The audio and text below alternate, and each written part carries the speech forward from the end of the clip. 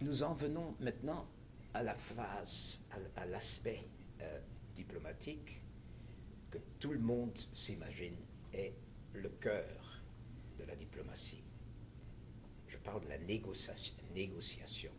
C'est vrai qu'on fait souvent, on est souvent impliqué dans des négociations. Mais ce n'est pas la plupart du temps.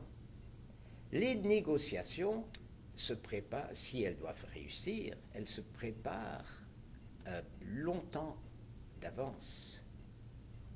On échange des propositions, on pose des questions pour savoir exactement où l'autre côté veut en venir dans les négociations, avant vraiment de les entamer.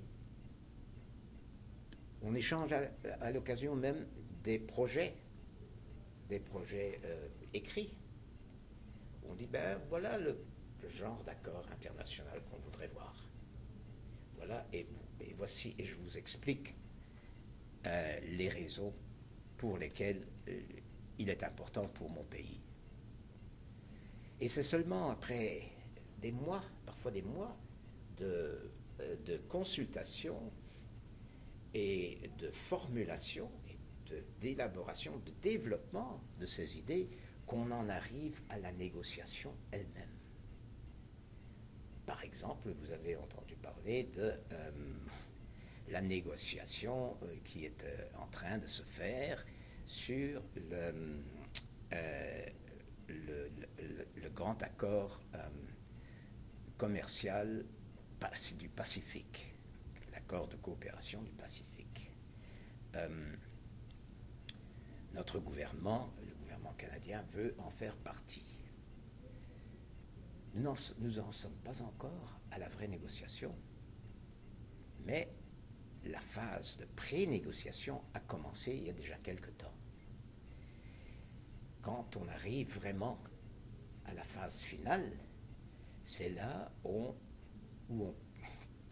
on s'attarde sur les différentes clauses, sur les aspects qu'on considère essentiels, sur lesquels on ne peut plus faire de concessions, et aussi sur les aspects qui sont essentiels pour les autres. C'est là le cœur de la négociation. Mais ce n'est pas le... pardon, je me corrige là. Et c'est sûrement un des aspects qui est le plus important pour la diplomatie multilatérale, où il y a une négociation constante, parce qu'on est toujours en train d'envisager un accord, une résolution, un programme, et il faut obtenir des appuis des autres pays. Là, vous pouvez parler d'une négociation continuelle. En ce qui concerne le domaine bilatéral, il y a bien d'autres sujets. Par marchandage, j'entends des concessions mutuelles. Oui, ça fait partie de la négociation.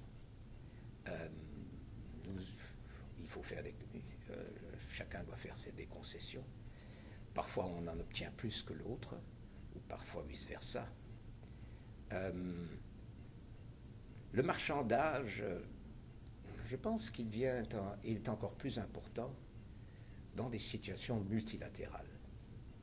Parce que là, la seule chose que vous pouvez échanger, ce ne sont pas des intérêts, comme dans une situation commerciale ou une situation bilatérale. La seule monnaie d'échange que vous avez vraiment, c'est votre vote. Et vous dites, d'accord, si vous m'appuyez dans telle et telle résolution, je vais vous appuyer dans l'autre qui vous intéresse le plus. Là, c'est un marchandage perpétuel.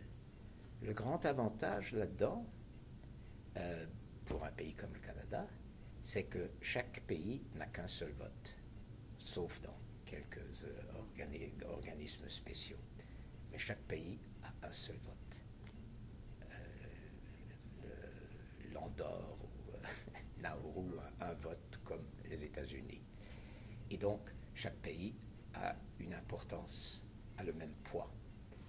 Et c'est donc un jeu très très intéressant. Mais le marchandage au niveau bilatéral est toute une autre affaire.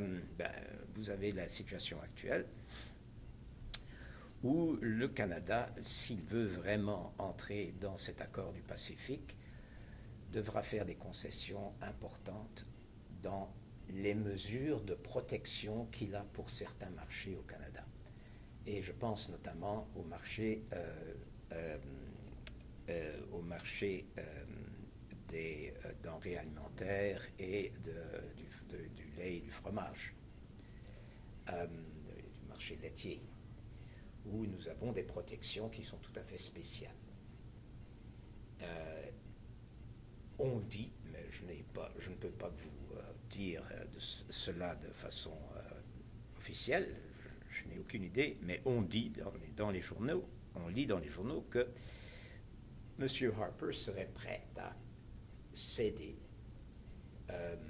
ces instruments que nous avons pour protéger notre marché laitier au Québec, par exemple.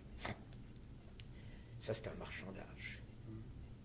Les Australiens, les Néo-Zélandais y attachent énormément d'importance et eux sont prêts à faire d'autres concessions. Je ne sais pas lesquelles. Les programmes d'aide sont parfois des outils de marchandage. Et ça dépend du pays où on est. Dans certains pays, les programmes d'aide sont très appréciés pour ce qu'ils valent. Dans d'autres pays, il faut le reconnaître, ils sont appréciés parce qu'il y a des politiciens corrompus qui arrivent à se mettre de l'argent dans leur poche. Troisièmement, encore d'autres catégories, des projets d'aide peuvent être d'une certaine utilité à certains gouvernements pour démontrer à leur population qu'ils sont appuyés dans ce qu'ils font par des pays importants.